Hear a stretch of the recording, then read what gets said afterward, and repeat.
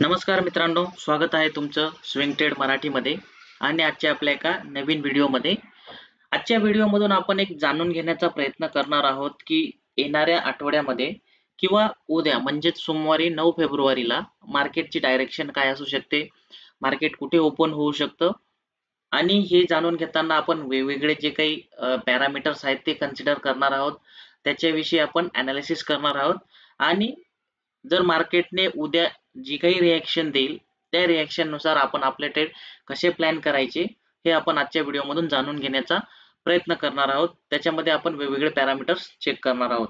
Okay, चला तर मग सुरुवात करूया आपल्या एका नवीन व्हिडिओला. सगळ्यात अगोदर मी निफ्टी 50 ही जी काही भारताची प्रमुख इंडेक्स आहे शेअर बाजाराची, त्याच्यावरती मी आपला चार्ट जो आहे ट्रेडिंग व्यू वरती ओपन केलेला आहे.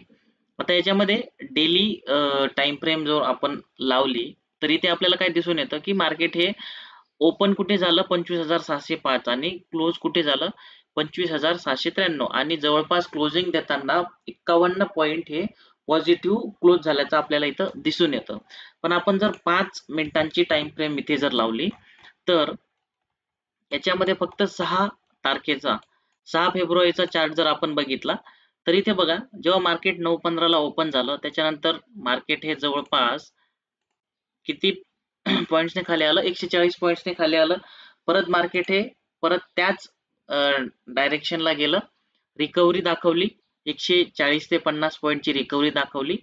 त्याच्यानंतर परत एकदा त्याच्यामध्ये करेक्शन आलं, म्हणजे जवळपास 12 ते 1 वाजेपर्यंत मार्केट हे साईडवेज एकाच रेंजमध्ये ट्रेड करत होतं.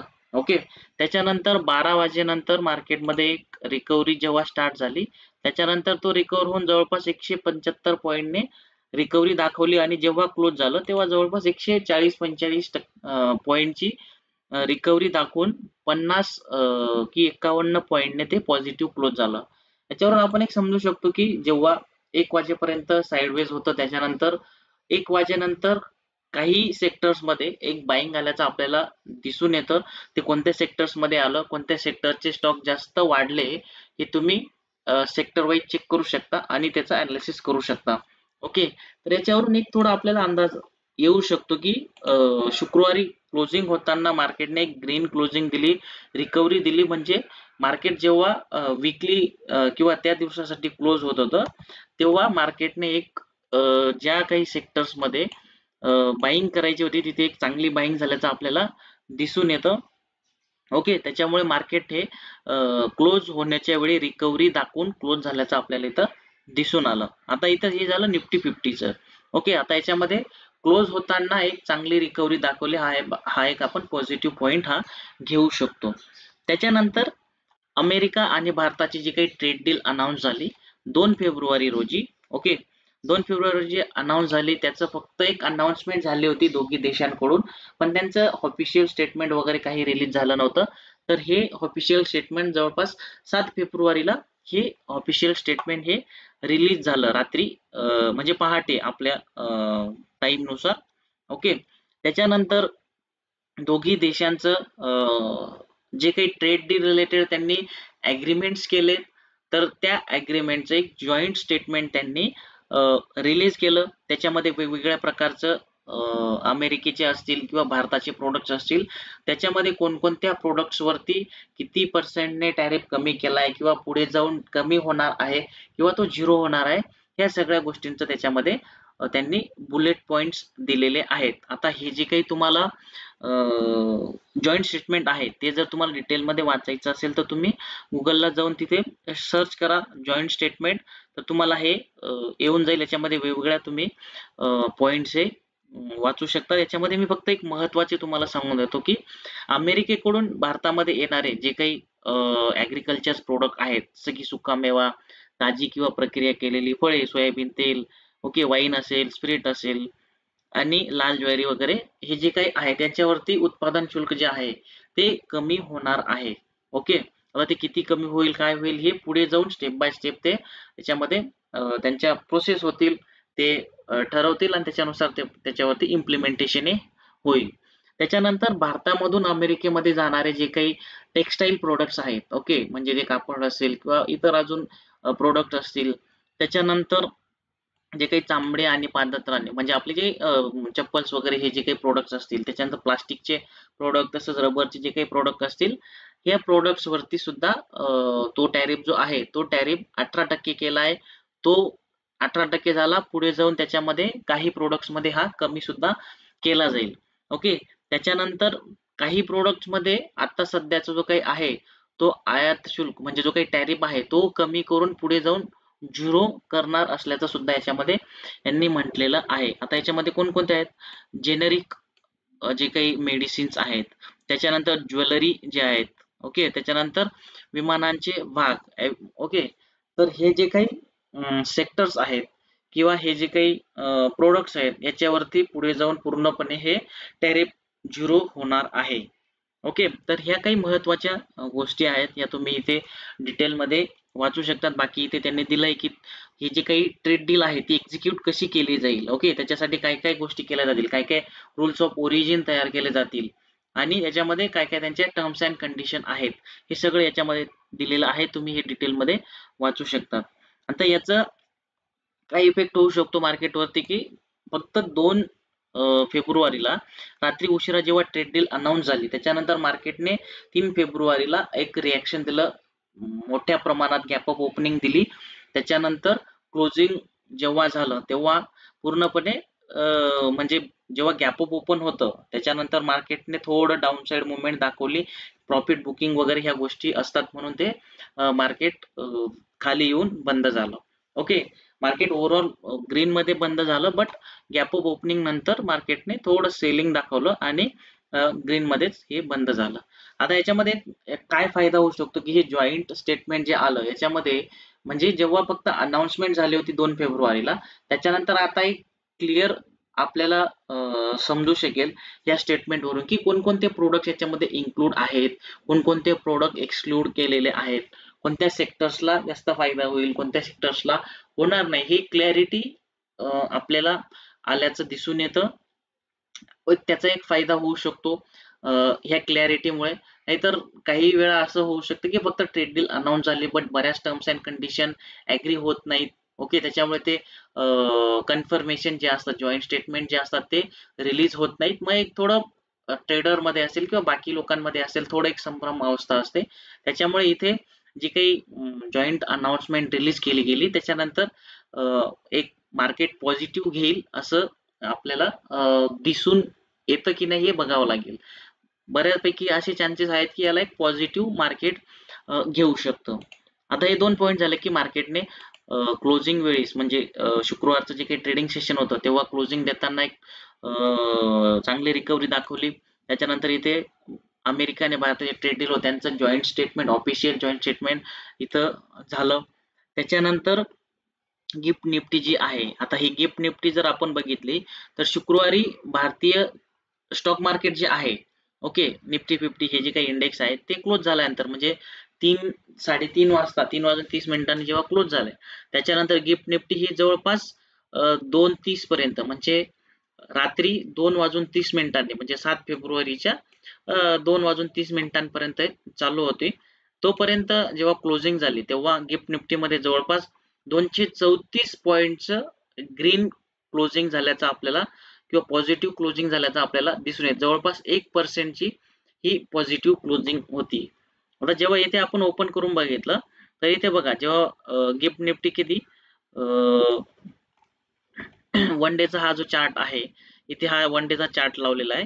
याच्यामध्ये गिफ्ट निफ्टी जेव्हा ओपन झाले त्याच्यानंतर ही साइडवेज ट्रेड करत होती आणि त्याच्यानंतर जेव्हा जवळपास 5 ते 5:30 नंतर, ओके, 5 ते 5:30 नंतर याच्यामध्ये एक चांगली रिकव्हरी आल्याचं आपल्याला दिसून येतं.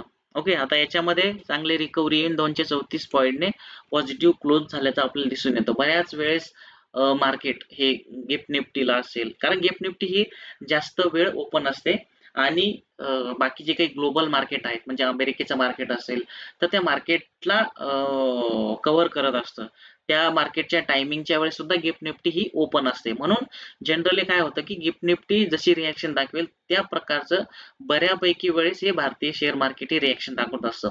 गिफ्ट निफ्टीच्या क्लोजिंग वरून सुद्धा आपल्याला हेच दिसून येतं की याच्यामध्ये पॉझिटिव्ह क्लोजिंग झाली आणि चांगली पॉझिटिव्ह क्लोजिंग झाली, जवळपास 1% ही पॉझिटिव्ह क्लोजिंग आहे. त्याच्यामुळे ही सुद्धा एक पॉझिटिव्ह पॉइंट असू शकतो. ओके, त्याच्यानंतर US च्या ज्या काही अमेरिकेच्या ज्या काही मेजर इंडेक्स आहेत, S&P 500, डाऊ जोन्स, नासडॅक 100, हे जे काही प्रमुख इंडेक्स आहेत, त्याच्यासहित बाकीचे जे काही इंडेक्स आहेत त्या सुद्धा शुक्रवारी जेव्हा क्लोजिंग झाली त्या दिवशी खूप जास्त प्रमाणात पॉझिटिव्ह ट्रेड करत होत्या आणि क्लोजिंगच्या वेळेस जवळपास मोर दॅन 1%च हे काही मेजर इंडेक्स आहेत, जवळपास 2% आसपास या मेजर इंडेक्स या क्लोज झाल्याचं आपल्याला इथं दिसून येतं. त्याच्यामध्ये S&P 500 ही जवळपास 2%, 1.97% म्हणजे 2%. त्याच्यानंतर डाऊ जोन्स ही 2.47%, 2.5% त्याच्यानंतर नासडॅक 100 ही 2.15% पॉझिटिव्ह क्लोज झाल्याचं दिसून येतं. म्हणजे ग्लोबल मार्केट सुद्धा एक चांगलं क्लोजिंग दिलं त्यांनी त्या शुक्रवारच्या दिवशी. त्याचाच इफेक्ट सुद्धा भारतीय मार्केटवरती हा सोमवारी दिसू शकतो. म्हणून हे काही जे ओव्हरऑल फॅक्टर्स आहेत, म्हणजे निफ्टीचे चांगली क्लोजिंग होणं, रिकव्हरी देऊन क्लोजिंग होणं, त्याच्यानंतर भारत आणि अमेरिकेचे काही जॉईंट स्टेटमेंट रिलीज होणं, त्याच्यामध्ये बऱ्यापैकी क्लॅरिटी येणं, त्याच्यानंतर गिफ्ट निफ्टी सुद्धा जॉईंट स्टेटमेंट आल्यानंतर म्हणा किंवा तुम्ही त्याच्या 5-5:30 नंतर सुद्धा त्याच्यामध्ये चांगल्या प्रकारची रॅली आल्याचं आपल्याला इथं दिसून येतं. त्याच्यानंतर US मार्केट म्हणा, त्याच्यामध्ये त्याच्या प्रमुख इंडेक्स ज्या आहेत त्यांच्यामध्ये सुद्धा चांगली क्लोजिंग झाल्याचं आपल्याला दिसून येतं. मग त्याच्यामध्ये जे काही आर्टिफिशियल इंटेलिजन्स रिलेटेड जे काही स्टॉक आहे त्याच्यामध्ये चांगल्या प्रकारे बाईंग झाली. त्याच्यानंतर त्यांचे जे काही मोस्ट ऑफ द S&P 500 मधल्या ह्या इंडेक्स मधल्या 500 कंपन्यांपैकी जवळपास 70-75% कंपन्यांचं जे काही त्यांचं एस्टिमेटेड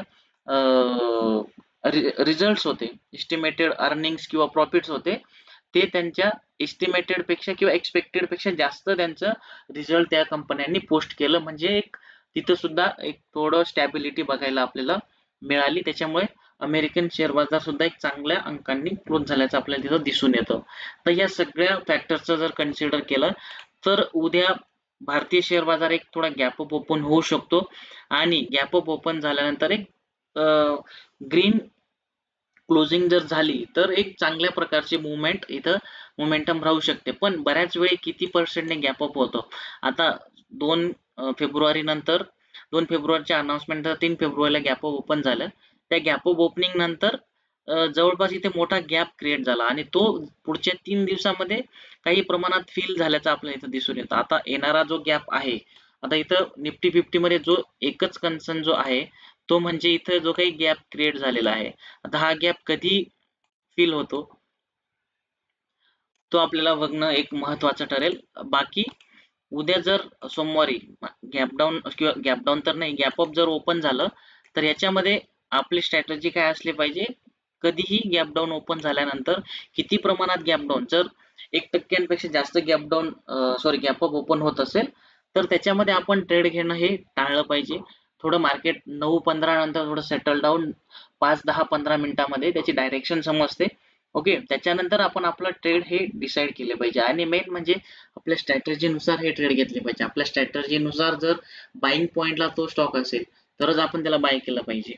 गॅप अप ओपन होतोय, सगळे स्टॉक जे आहेत ते पॉझिटिव्ह दिसत आहेत, ते वरती जात आहेत, म्हणून आपण पण त्याच्यामध्ये ब्लाइंडली एंट्री घ्यायची, हे असं कधीही करायचं नसतं. आपल्या बाईंग पॉइंटलाच आपण बाय करायचं असतं. आणि बऱ्याच वेळा काय होतं की गॅप अप ओपन झाल्यानंतर हे मार्केट थोडं कूल डाऊन होतं सेलिंग आल्यामुळे, प्रॉफिट बुकिंग आल्यामुळे. तसंच जसं सेम 3 फेब्रुवारीला आपल्याला इथं झालेलं दिसतंय. तर या सगळ्या गोष्टींमुळे जर ऑलरेडी आपल्या आता या गॅपअप मध्ये एक फायदा काय होऊ शकतो की जर आपण आपल्या पोझिशन ऑलरेडी इथे कुठे बनवलेल्या असतील, ओके, किंवा इथे बनवलेल्या असतील, तर त्या पोझिशन्स मध्ये जेव्हा गॅप अप ओपन होतं तर त्याच्यामध्ये आपले जे काही टार्गेट असतात 5-10-15% ते जर अचीव्ह झाले तर आपल्याला ते प्रॉफिट बुकिंग करण्याचा एक चान्स मिळतो. तर हा एक फायदा होतो. बाकी आपण न्यू एंट्रीसाठी लगेच गॅप अप नंतर 9-15 नंतर लगेच एंट्री घेणं हे टाळलं पाहिजे. त्याच्यामुळे आपलं ब्लाइंडली एंट्री होत नाही आणि कोणत्याही स्टॉक मध्ये आपण फसवू शकत नाही. आजचा अनालिसिस जर तुम्हाला आवडला असेल, आजचे हे फॅक्टर जे असतील ते जर तुम्हाला पूर्णपणे समजले असतील तर आपल्या व्हिडिओला लाईक करा आणि कमेंट सुद्धा करा. Thank you.